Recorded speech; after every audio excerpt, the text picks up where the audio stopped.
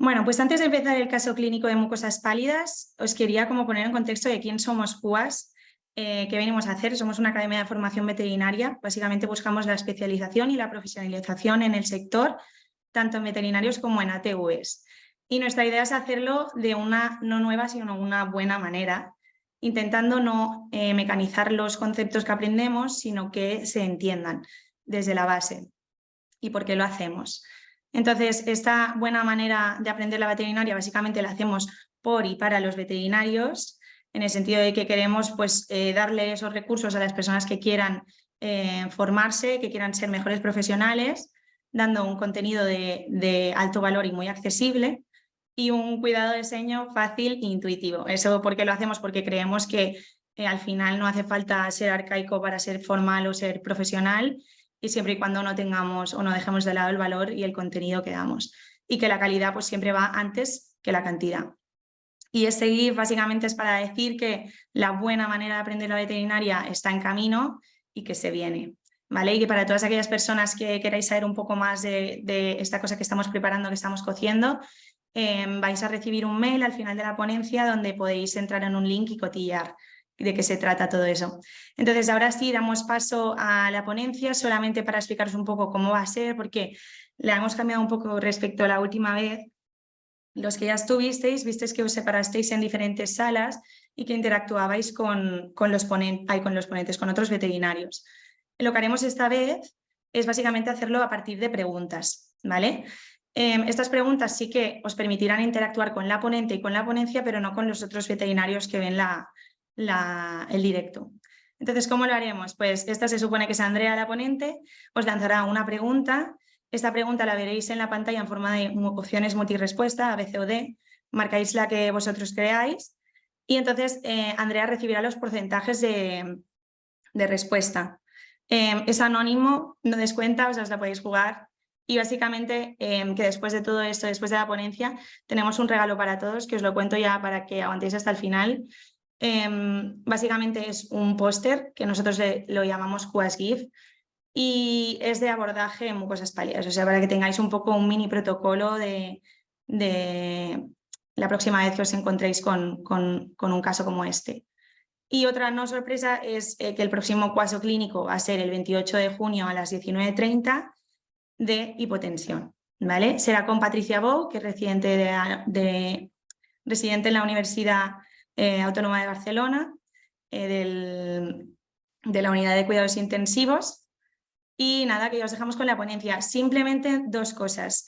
Si por cualquier cosa tenéis algún problema de que no se oye bien, que se os interrumpe, lo que sea, no pasa nada. Tenéis un equipo de soporte detrás, que ponedle ahí apuntes, pero es el equipo de soporte, y le podéis preguntar directamente. Y si no, nosotros os acudiremos a vosotros a solucionar vuestro problema si lo comentáis por el chat, ¿vale? Y luego que si os surgen preguntas durante la ponencia, no podemos interrumpir la ponencia de Andrea, pero sí las podéis dejar en el chat, entonces nosotros también las guardamos y al final le podemos hacer un par de ellas, ¿vale? Y nada, ya está, os dejamos con la ponencia, damos paso a Andrea, que está especializada en medicina felina.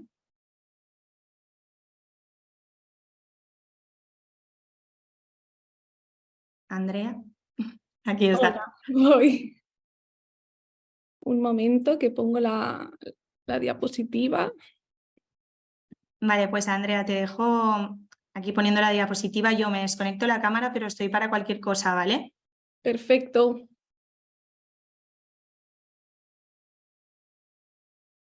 Nada, pues no sé si lo veis bien todos, si no, pues me escribís, y si me escucháis bien, pero nada, yo soy Andrea, soy veterinaria especializada en medicina felina y bueno, desde CUAS llevan como un par de semanas o 3 hablando sobre las mucosas pálidas, cómo abordarlas, cómo diagnosticarlo y hoy lo vamos a acabar todo con un caso clínico. Entonces, el objetivo de estos 20-30 minutitos que estaremos es aprender a cómo abordar un caso clínico de una forma organizada y sistemática. Es decir, sobre todo esto va enfocado más a los veterinarios que acaban de salir de la carrera y todo, cuando te viene el típico animal en consulta, en este caso es el típico animal que le abres las encías y lo ves todo blanco y pálido, ya te asustas, intentar buscar una forma organizada y sistemática de llegar a un diagnóstico, es decir, no agobiarnos, no empezar a pensar como las enfermedades más raras, las pruebas más raras, sino que intentar desde la simplicidad llegar a un diagnóstico e ir pensando qué pruebas se pueden hacer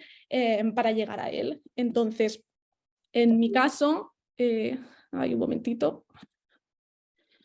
No voy a hablar mucho de esto, ya que desde Quasvet, desde el Instagram, han estado hablando estas semanas sobre cómo se abordan, cuál es el diagnóstico diferencial, cuáles son las pruebas, pero sí que quiero hacer una pequeña introducción para después hablar del caso clínico.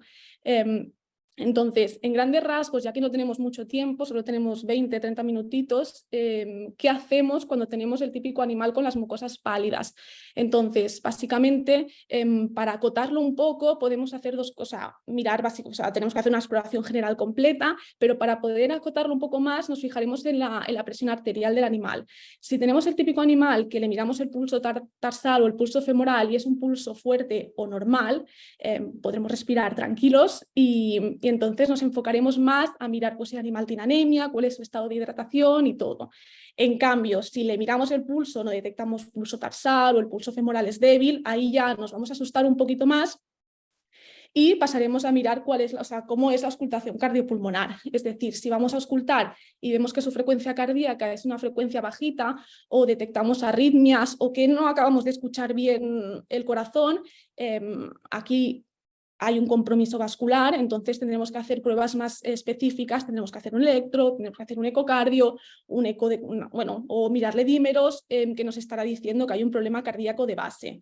Pero bueno, de momento, en este caso, no, bueno, ya hablaremos de si tenemos una frecuencia cardíaca que es al revés, que el típico animal que está muy taquicárdico, que está intentando compensar este pulso arterial débil, también nos asustaremos un poco porque querrá decir básicamente que está compensando porque está perdiendo mucha sangre o que nos encontramos en un estado de una sepsis. Y el otro caso es el típico que la auscultación es súper lejana, que por mucho que ponemos el fonendo no escuchamos bien el corazón, que puede ser que estemos sobre un taponamiento cardíaco, es decir, que esté perdiendo sangre en el pericardio. Entonces, básicamente tenemos estos dos rangos. Así que vamos a empezar con el caso. Este es un gatito que se llama White, es un caso que me vino más o menos el verano pasado y nada, os lo presento. Es el de la foto y es un macho común europeo de pelo corto castrado de 5 años. Tiene acceso regular al exterior y las vacunas y desparasitaciones no están actualizadas. No saben cuándo fue la última vez que lo hicieron. Entonces, empezamos siempre básico por la anamnesis, es decir, recoger toda la información de los tutores. En este caso, nos comentan que tiene letargo desde hace una semana, es decir, que es el típico gato que siempre está en el jardín, cazando, corriendo, peleándose con otros gatos, y hace una semana que está en casa, se pasa todo el día durmiendo en el sofá y no se quiere mover. Después, nos comentan que hace una semana que está con hiporexia y que hace 2 días que no come absolutamente nada. Es decir, hace una semana que lo típico que el pienso no se lo come, pero le vas dando jamón dulce, atún, con apetito caprichoso, pero va haciendo. Pero ya hace 2 días que no tiene nada de interés por la comida. Como otro dato importante, sí que han visto que se come la arena del arenero de forma compulsiva y no entienden el por qué. Notan que tiene el pelo mucho más opaco y que está más delgado. Y en principio no tiene síntomas digestivos. Digo en principio porque a veces con estos gatitos que son outdoor, recoger esta información es muy complicada porque no sabemos las heces cómo son, si presenta vómitos ni nada, pero en principio no hay. Sobre todo, es muy importante, aparte de todo esto, preguntar muchas cosas, preguntar si les han dado alguna medicación, si ha podido comer alguna cosa rara, o sea, no tengáis miedo en preguntar, porque al final los tutores a veces vienen estresados, vienen agobiados y se les olvida mucha información. Entonces, cuanta más información, mejor. O sea, preguntad todo lo que se os ocurra. Y una vez ya hemos recogido toda la información, pues pasamos a hacer la exploración inicial. Importante, antes de toquetear al gatete, mirar cómo reacciona cuando lo sacamos del transportín, si está muy activo, si salta de la mesa de exploración, se pone a caminar o por el contrario, se queda ahí durmiendo y no se quiere mover. En este caso, White era súper dócil, es dócil, estaba tranquilo, estaba mimoso, estaba cariñoso, sí que estaba como así sentadito en la mesa de exploración. Las mucosas eran blancas, la trufa era totalmente blanca, el tiempo de relleno capilar era imposible de valorarlo porque es que era totalmente pálido. Su frecuencia cardíaca era 220 con una respiratoria de 30, es decir, que estaba taquicárdico y taquipneico. Y en la auscultación cardiopulmonar presenta un soplo cardíaco sistólico 2 de 6 en punto apical izquierdo sobre todo. Y la presión arterial es de 140. Entonces respiramos tranquilos. Su temperatura es normal, no presenta fiebre y no tiene linfadenopatía periférica. Entonces, y la persistencia del pliegue cutáneo, que estaba bastante deshidratado, que llevaba días sin comer. Entonces, una vez ya tenemos la anamnesis y la lista de problemas y la exploración física, tenemos que establecer una lista de problemas. Con esa lista de problemas acotaremos más qué pruebas tenemos que hacer, cuál es el diagnóstico diferencial, es decir, cuáles son las enfermedades probables que tenemos, y a partir de aquí decidiremos qué hacer. Entonces, en este caso, mi lista de problemas fue la siguiente. Bueno, al principio, sobre todo importante, el tema de vacunas y desparasitaciones no es que sea un problema como tal, pero sí que es importante, ya que nos cambia mucho si tenemos en cuenta todas las enfermedades infecciosas de vacunas y desparasitaciones o no. En este caso, White es un gatito outdoor que no está ni vacunado ni desparasitado, entonces las enfermedades infecciosas cogerán mucho peso aquí. Después tenemos que está apático desde hace una semana, que no come desde hace 2 días, que tiene las mucosas blancas con una presión arterial normal, que tiene pica, es decir, que se come la arena, que tiene un soplo cardíaco y que está deshidratado. Entonces, con todas estas listas de problemas que tenemos, volvemos otra vez a la tabla anterior y podemos acotarlo mucho más. Nos encontramos en un caso que tenemos unas mucosas pálidas en el que el pulso arterial es fuerte o normal. Entonces, sí que es cierto que White tiene taquicardia y tiene un soplo, pero no nos encontramos en este punto. Así que de momento nos pasaremos al lado izquierdo y iremos a lo más simple y básico, que es, vamos a ver si tiene anemia y cuál es el estado de hidratación y todo. Entonces, aquí tenéis que contestarme vosotros, es la primera pregunta, que es por dónde empezamos con este caso, con White. ¿Qué hacemos? Lo metemos cuanto antes dentro y le hacemos una ecografía rápida de urgencias por las mucosas tan pálidas que tiene. B, mantenemos la calma y empezamos por lo básico, hematología, bioquímica y test FIF-PHELP. C, hacemos ya todas las pruebas posibles, analítica, ecografía, radiografías, no veo qué hay, pero creo que es ecocardio y urianálisis, no lo sé. Y D, le pongo una vía y fluidoterapia a tope.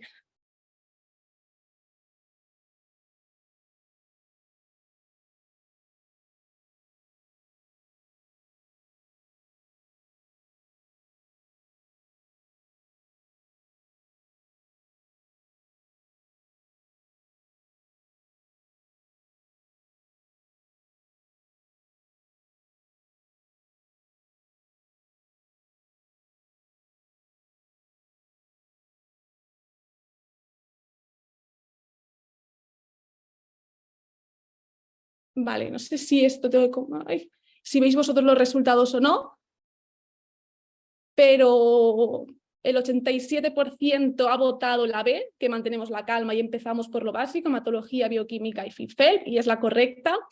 Obviamente tenemos a White, que está en la mesa de exploración, está tranquilo, la presión arterial es normal, no nos tenemos que ir con prisas ni correr ni nada, vamos a mantener la calma. Los que han votado que lo metemos dentro cuanto antes, no es la correcta, pero bueno, ante la duda no pasa nada, lo metemos dentro, miramos todo bien y con calma. ¿Qué más? Los que han votado... A ver, espera, que yo creo que esto lo puedo cerrar un momentito. Sí, lo puede cerrar.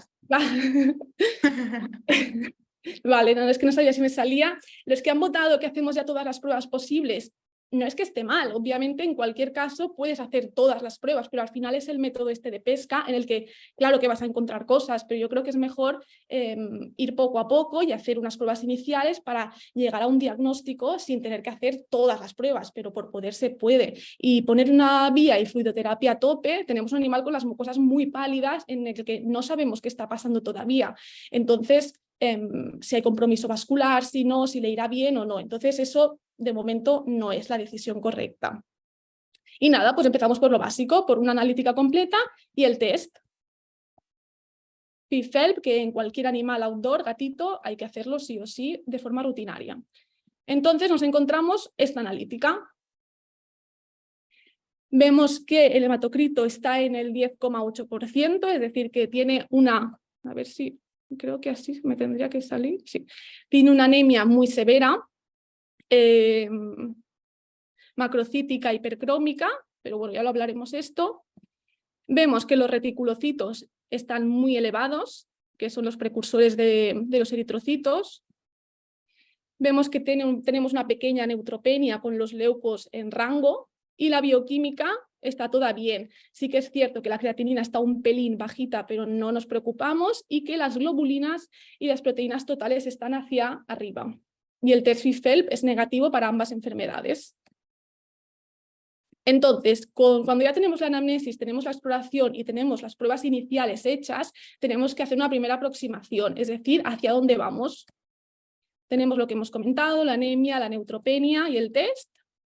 Y lo que más nos llama la atención es la anemia severa que tenemos y regenerativa. Entonces aquí tenemos que coger, yo creo que lo más fácil, y para no olvidarnos las cosas, es coger un papel y un boli, y aquí ya empezar con el diagnóstico diferencial y buscar todas las causas para que no se nos olvide ninguna. Entonces, cuando tenemos una anemia regenerativa, es decir, que el hematocrito está bajo, tenemos una anemia, pero el cuerpo está intentando fabricar eritrocitos para compensar. Entonces, quiere decir dos cosas: o que estamos perdiendo sangre por algún lado, o que los eritrocitos se están destruyendo, ¿vale? Que hay una hemólisis. Entonces, aquí tenemos las dos, hay más, pero bueno, he puesto las más habituales. Que estemos perdiendo sangre, pues por un traumatismo, por una hemorragia, que no quiere decir solo externa, sino una hemorragia gastrointestinal, una hemorragia urinaria, que tenga problemas de coagulación también, que se esté desangrando, o una infestación grave de pulgas. Y la destrucción, es decir, que haya una hemólisis, una anemia hemolítica, puede ser una anemia hemolítica inmunomediada primaria, que el cuerpo está destruyendo los eritrocitos de forma errónea, o una secundaria. Aquí hay un montón de causas: hemoparásitos, FeLP, FIP, PIF, neoplasias, abscesos, reacciones transfusionales, por daños oxidativos, es decir, que por una intoxicación se dañen los eritrocitos y se destruyan, y de otras enfermedades menos comunes como el síndrome hemolítico urémico, CID y otros. Entonces, en este caso, al final tenemos que recoger toda la información. No hay ninguna historia de ningún traumatismo, tampoco hay hemorragias evidentes de momento que se nos pueda explicar. Entonces, tampoco hay una infestación grave de pulgas, coagulación, luego lo veremos que lo hacemos y están en rango. Nos vamos más hacia una destrucción, una anemia hemolítica, pero bueno, aún está ahí. ¿Qué hacemos primero de todo? Hay una prueba que es muy sencilla de hacer y que a veces no se hace o se olvida, que es la prueba de autoaglutinación, que es una prueba que es muy fácil, es muy barata y es muy rápida. ¿En qué consiste esta prueba? Es coger un porta, y en este porta ponemos una gotita de sangre NDTA y 4 gotitas de suero fisiológico. Lo mezclamos todo y esperamos unos minutos. Entonces, ¿qué pasa? Si la prueba de aglutinación lo que nos indica es que los eritrocitos, debido a la presencia de autoanticuerpos, se juntan, se aglutinan de una forma desorganizada. Y esto quiere decir que hay una anemia hemolítica inmunomediada. Puede ser primaria o secundaria, ¿vale? No quiere decir que sea primaria. Entonces, eso sí que es importante. Te ayuda mucho, ¿por qué? Porque si es positivo, sabes que es una anemia hemolítica inmunomediada. Ahora te falta saber la causa, si es primaria o secundaria. Pero bueno, ya te redirige hacia un lado. Si es negativo, no te descarta una inmunomediada. Y hay que seguir investigando. Pero bueno, al menos es algo que lo haces en 3 minutos, y si te sale positivo, ya acotas todavía más el diagnóstico. Entonces, es lo que hicimos. Al ver esta anemia, y yo pensaba que sería una hemolítica porque la pérdida no era evidente, hice la prueba de autoaglutinación. Y esta es la prueba de White. Si os fijáis, si fuese negativa, tendría que salir todo, o sea, como la sangre se diluye con el suero y ya está. Pero si os fijáis, al moverlo, se forman estos grumos de la sangre. Lo vuelvo a poner. Y esto quiere decir que los eritrocitos se están juntando todos entre ellos debido a la presencia de autoanticuerpos.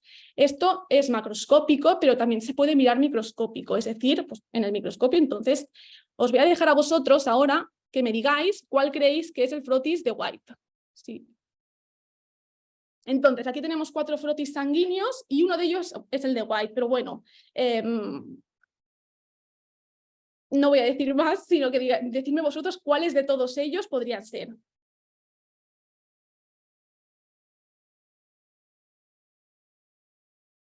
Cuando he dicho que uno de ellos, es porque hay uno, pero al final pueden haber más parecidos, ¿eh? No me votéis solo la D que os veo.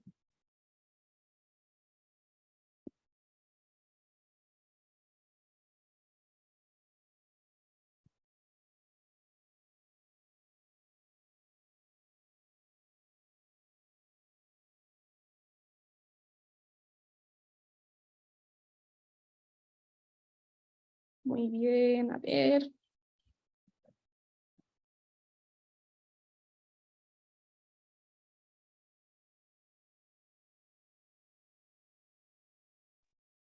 Vale, ya los tienes. Vale, perfecto. Pues sí, el 60% habéis votado, el 2, el 3 y el 4.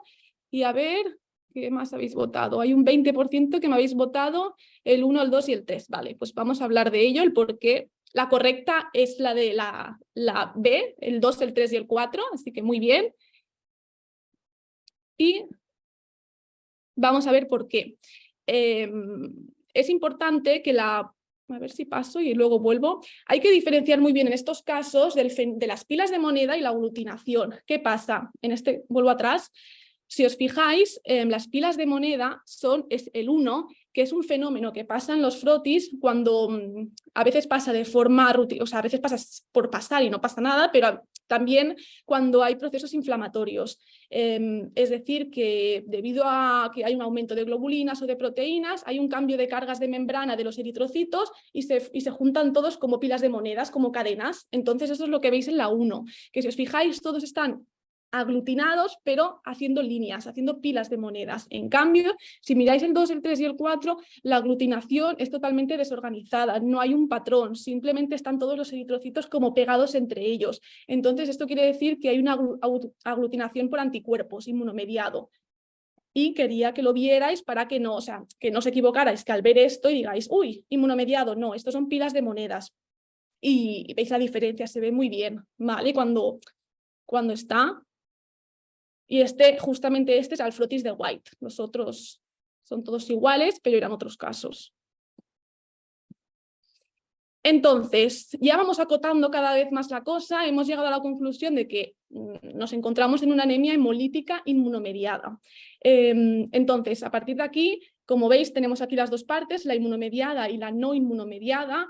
La no inmunomediada sería pues, por intoxicaciones, como hemos comentado antes, daños oxidativos, el ajo, la cebolla, enfermedades infecciosas, neoplasias también, y más causas. En este caso ya creo que lo podemos tachar y nos vamos ya más solo a la inmunomediada. Entonces ahora simplemente hay que encontrar la causa de esta lista. ¿Y cómo lo vamos a hacer? Pues habrá que hacer pruebas complementarias e ir investigando un poquito más. De causas de anemia hemolítica inmunomediada tenemos varias. Tenemos la anemia hemolítica inmunomediada primaria o idiopática, que esta es la que no se conoce la causa, que el cuerpo destruye los eritrocitos. Esto se diagnostica por descarte. Entonces tenemos que buscar todas las otras causas primero.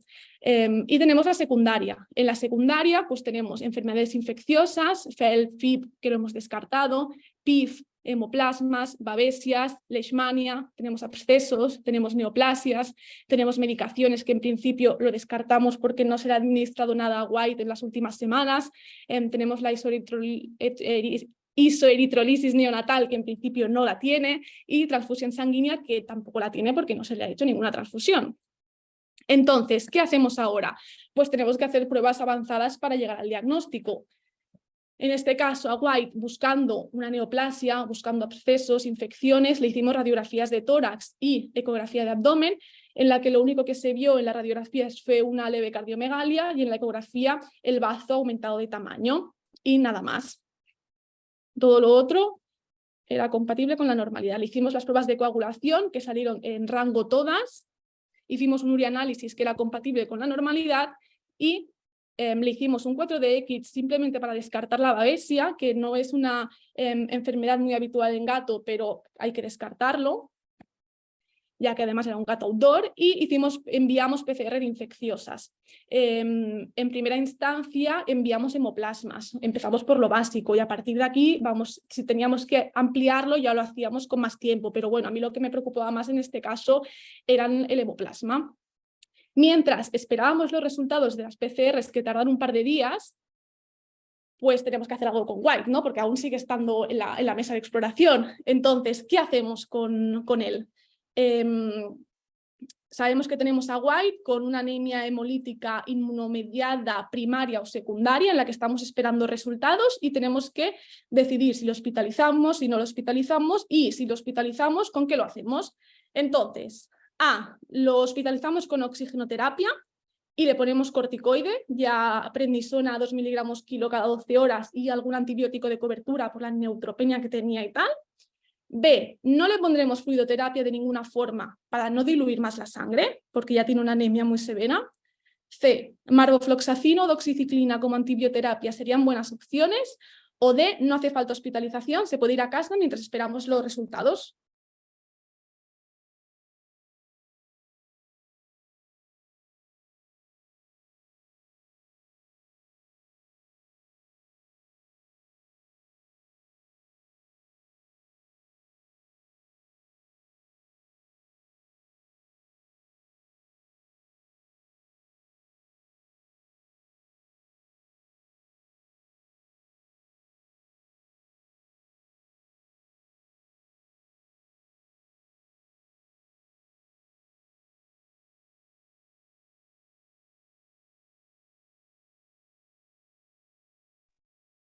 Vale, ya los tienes, Andrea. Vale, perfecto. Pues mira, que está muy dividido, pero bueno, vale. El 62% habéis votado la A y el 31% la C. Y alguno la B y alguno la C, pero básicamente está entre la A y la C. Entonces vamos a ver el por qué y cuál es la buena. Ay, que quito esto. A ver. Pues la buena es la C, que el marbofloxacino o la doxiciclina como antibioterapia serían buenas opciones. ¿Por qué la A no es correcta? La oxigenoterapia es correcto porque obviamente tiene un soplo, está taquicárdico, tiene taquipnea y necesita el oxígeno. El corticoide prednisona en gatos, mejor la metilprednisolona por el tema del metabolismo y todo, y estamos en una dosis de 2 miligramos kilo cada 12 horas. Es una dosis bastante alta en el que aún no tenemos resultados de infecciosas. Entonces, no me parece mal poner un corticoide, y ahora lo hablaremos que yo lo pongo, pero a dosis mucho más bajitas a la espera de los resultados de infecciosas. Y cualquier antibiótico de cobertura, sabiendo que es un gato con anemia hemolítica outdoor y que estamos esperando hemoplasmas, mejor poner ya directamente un antibiótico que vaya dirigido a los hemoplasmas, que en este caso es la C, que es el marbofloxacino, la doxiciclina. Y vamos primero por partes. No trataremos como anemia hemolítica sin tener resultados de infecciosas. La fluidoterapia es esencial para asegurar una buena perfusión. Obviamente no le pondremos mucha fluidoterapia, ya que es un gato con mucha anemia, pero por mucho que le pongamos fluidos, los eritrocitos van a ser los mismos, y lo que necesitamos asegurar es que hay una buena perfusión sanguínea y que la sangre que hay llegue bien a todos los órganos. Entonces no os asustéis, ponemos fluidoterapia, pero a dosis bajitas, a medio mantenimiento o mantenimiento controlando bien las constantes, pero hay que ponerla. La C, que es la correcta, no hace falta hospitalización, se puede ir a casa mientras esperamos los resultados. Es un animal que lleva sin comer, comiendo poco una semana, tiene un soplo, tiene taquicardia, tiene taquipnea, hay que hospitalizarlo sí o sí. Entonces, lo hospitalizamos con oxigenoterapia, le puse fluidoterapia a medio mantenimiento, hice transfusión de concentrado de eritrocitos, que ahora hablaremos de esto. Como antibioterapia le puse doxiciclina a 5 miligramos kilo cada 12 horas. Y corticoides, en primera instancia le puse metilprednisolona a 1 miligramo kilo cada 12 horas. Entonces, hay una pregunta que siempre nos hacemos en estos gatitos es, ¿qué hago? ¿Le hago transfusión? ¿No se la hago? ¿La necesita? ¿No la necesita? Porque como los gatos suelen ser animales súper fuertes y los ves bien y todo, siempre te entra la duda de decir, ¿se lo hago? ¿Me espero? ¿No? Y tal. Yo creo que en el momento ya que te estás planteando si hacerle o no la transfusión, es que háztela. Es un animal, además, si el animal tiene signos clínicos de compromiso vascular y de mala perfusión, tiene la taquicardia, tiene la taquipnea, le va a ir bien la transfusión de eritrocitos y le va a ayudar un poco. Así que si tenemos la oportunidad y los tutores se lo pueden permitir y la necesita, y para mí sí que es una opción. Y nada, después de 24 horas, la verdad es que el cambio de White fue... Aquí tengo el vídeo, a ver si los... Sí.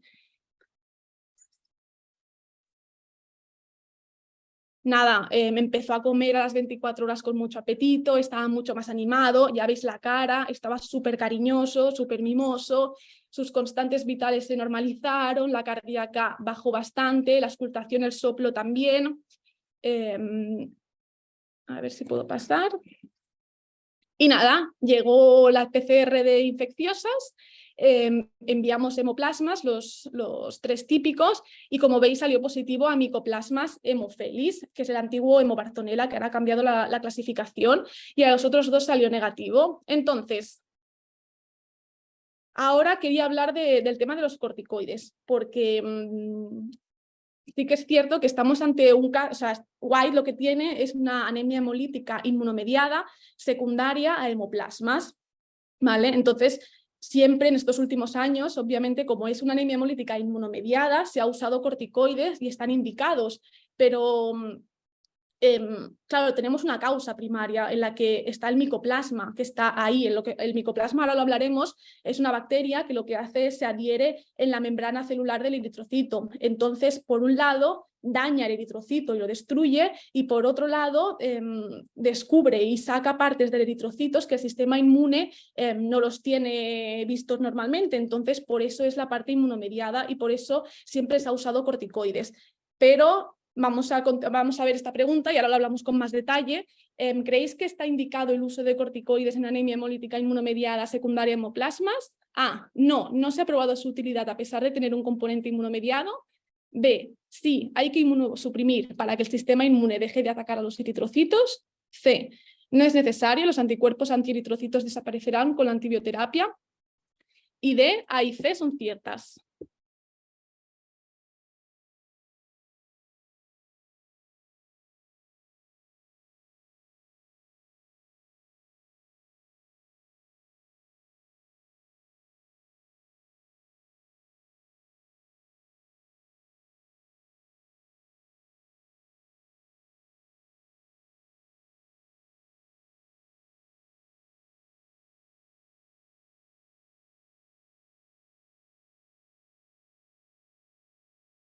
Ay, tenemos empate aquí. A ver. Hay empate entre la B y la D. Entonces, a ver.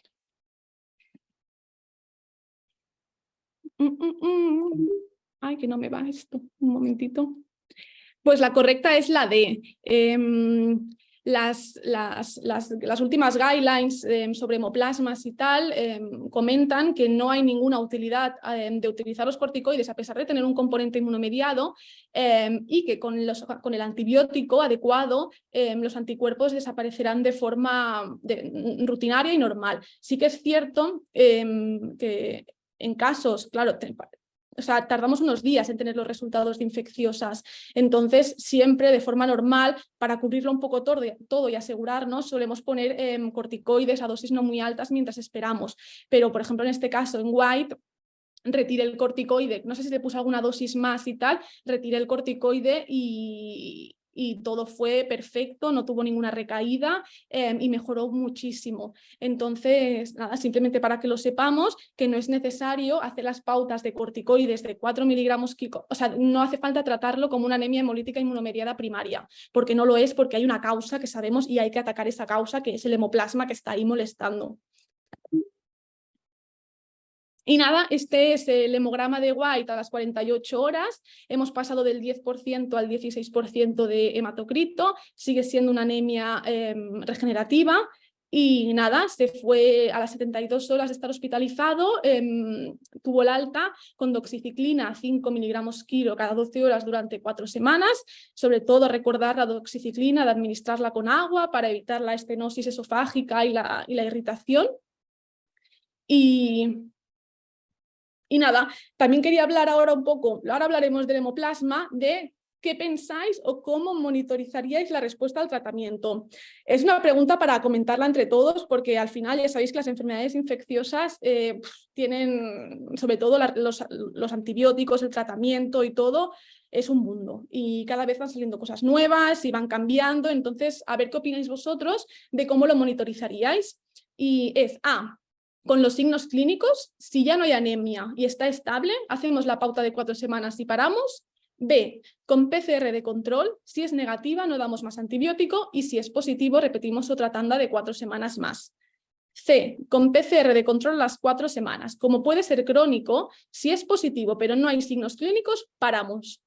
Y D, depende del antibiótico que utilicemos, haremos una prueba u otra.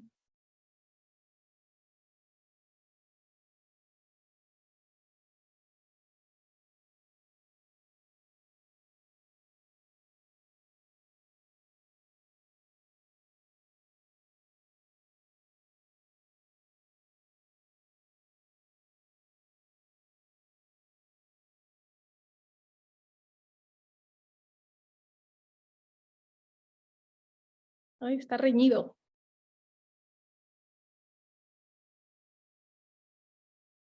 Vale, pues con el 42% ha salido la B y el 35% la C. Entonces vamos a verlo y vamos a comentarlo. Luego lo podemos hablar. El tema de esto trae chicha. Vale, la correcta es la B, que es PCR de control. Siempre hacer PCR de control. Si es negativa, no daremos más antibiótico y acabaremos la pauta. Y si es positiva, deberíamos repetir otro ciclo más de 4 semanas.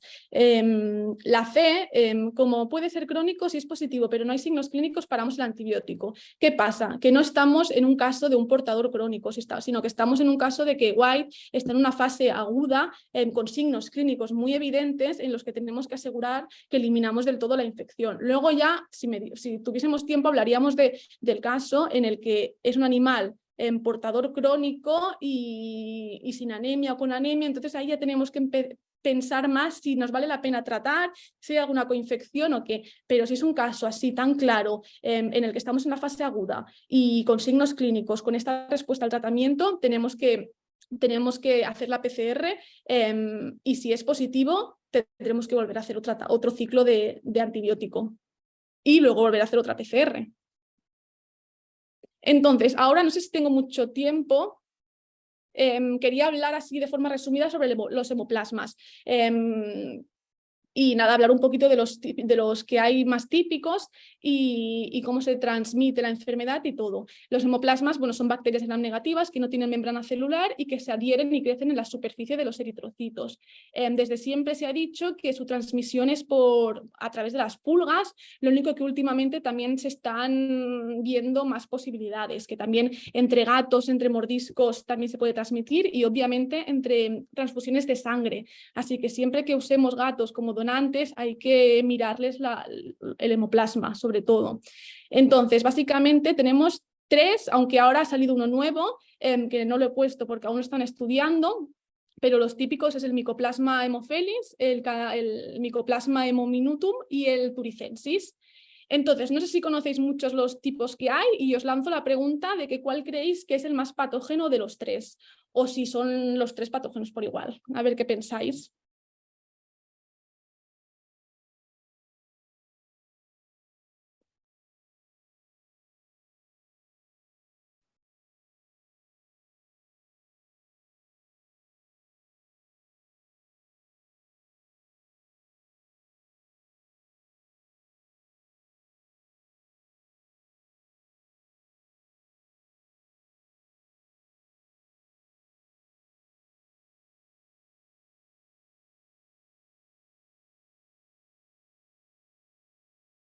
Vale.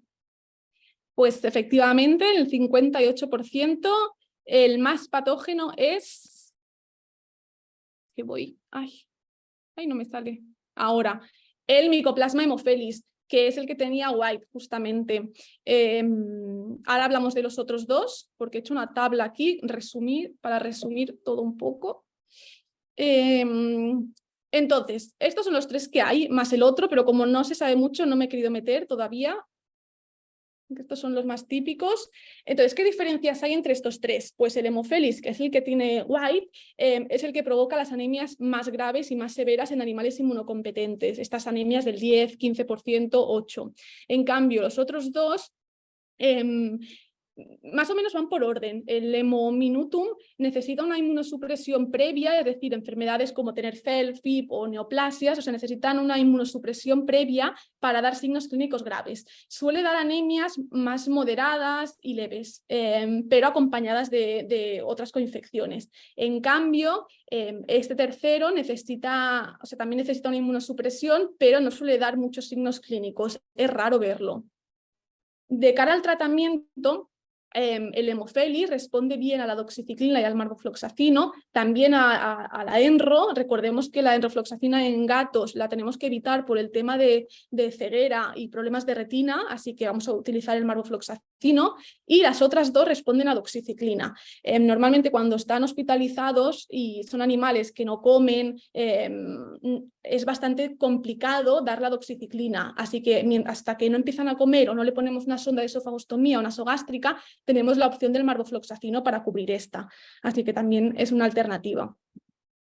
Después, no he hablado del tema de frotis sanguíneo porque no me daba tiempo, pero solo decir que el Hemofelis es fácil encontrarlo en frotis, ahora hablamos, y los otros dos, el Hemominutum es difícil y el otro prácticamente no se ha documentado.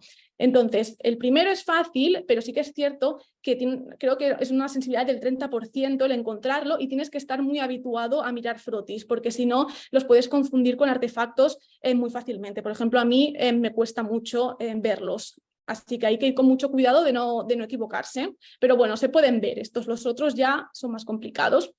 Después, importante, el Hemofelis es el que tiene un componente inmunomediado habitual, es decir, el que tendrá la aglutinación positiva y el que tendrá el caso típico de White. Los otros dos no tienen un componente inmunomediado, no tendrán autoaglutinación, o sea, no pasa nada. Al final el tratamiento es el mismo, pero simplemente para que lo sepáis.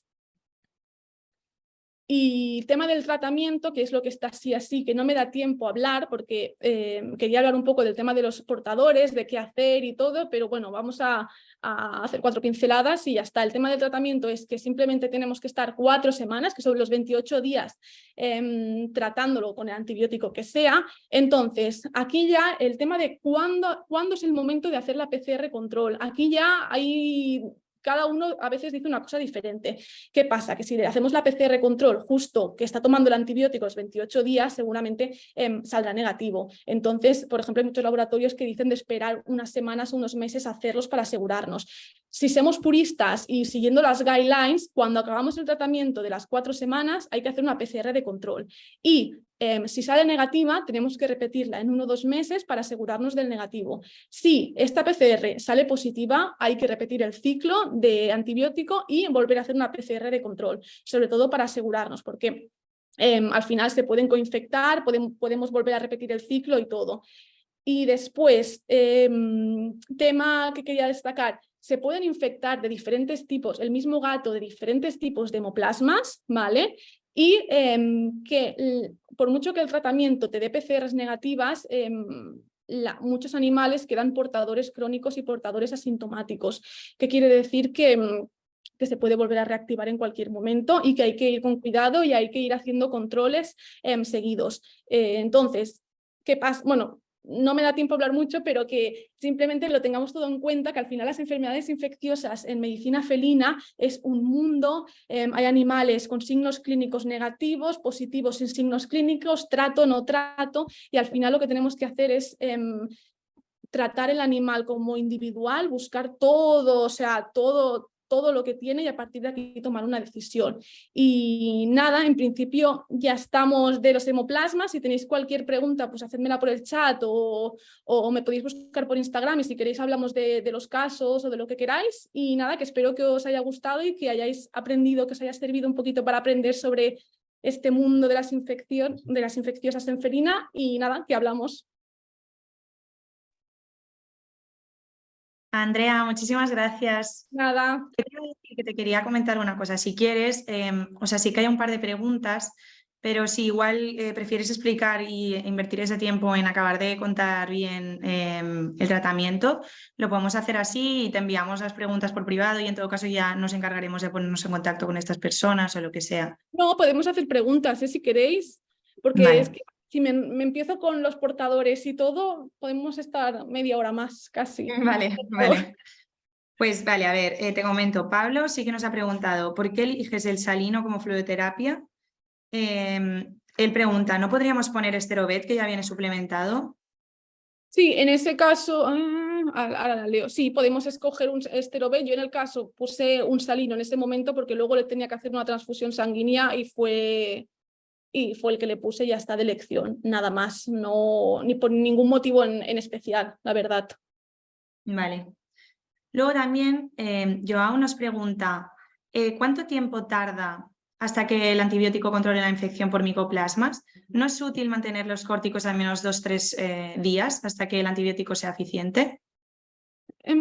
La verdad es que, o sea, si el antibiótico responde y funciona con el tipo de micoplasmas que es, la respuesta es muy rápida y en cuestión de horas el número de hemoplasmas en sangre baja, pero en picado. ¿Se puede mantener los córticos al menos por 2 a 4 días? Por poder se puede, al final hay un componente inmunomediado en ese momento y no te va a pasar nada. Lo que sí que quería destacar era que no lo tratáramos como una inmunomediada primaria, que ha pasado de hacer la pauta de 4 miligramos kilo día y cada 15 días bajar un 25% y el animal está pobre no sé cuántos meses con corticoides cuando realmente no lo necesita. Por 2-4 Claro. días no va a pasar absolutamente nada. Lo que no quiero sobre todo era eso, destacar de no hacer pautas eternas cuando hay una causa que si la tratamos ya está. Entonces no hay problema por usarlo unos días y no va a pasar nada. Simplemente no Vale, usemos dosis genial. súper altas. Claro. Vale, y luego tienes la última pregunta, que es ¿qué dosis de marbofloxacino usas para los micoplasmas? La dosis de Marbo utilizo 3,75 miligramos kilo cada 24 horas. Vale, Pero hay guidelines que, por ejemplo, las últimas guidelines que hay, creo que usaban a 2 o 3, pero bueno, yo uso 3,75 y vale, pues mira, vale, yo te dice gracias. de nada. Vale, pues ahora antes de acabar voy a compartiros un segundito y no me hago pesada, simplemente para que sepáis todo lo que os vamos a enviar ahora y que tengáis constancia. Si queréis repetir la ponencia también lo podréis hacer, etcétera. Os la explico aquí un segundito. Vale. A ver, hemos visto que ya hemos hecho la introducción, el caso clínico y ahora viene lo del regalito. ¿Cómo lo haremos?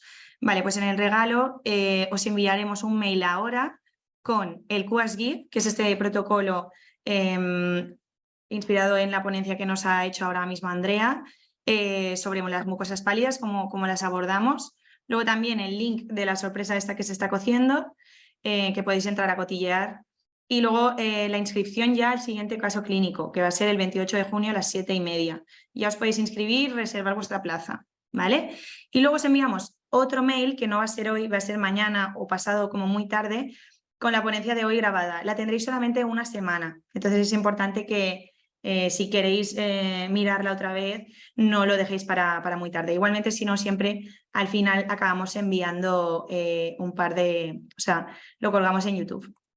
Y bueno, para finalizar, dar muchísimas gracias a Andrea. También lo que ha dicho, si la queréis seguir en Instagram, es andrea.betfelina, si no me equivoco, ¿verdad, Andrea? Sí, Y tiene exacto. casos de felina, etcétera. O sea que está muy guay. Y nada, muchísimas gracias a todos. Nos vemos a todos los que queráis el próximo 28 y ahora atentos a nuestro mail.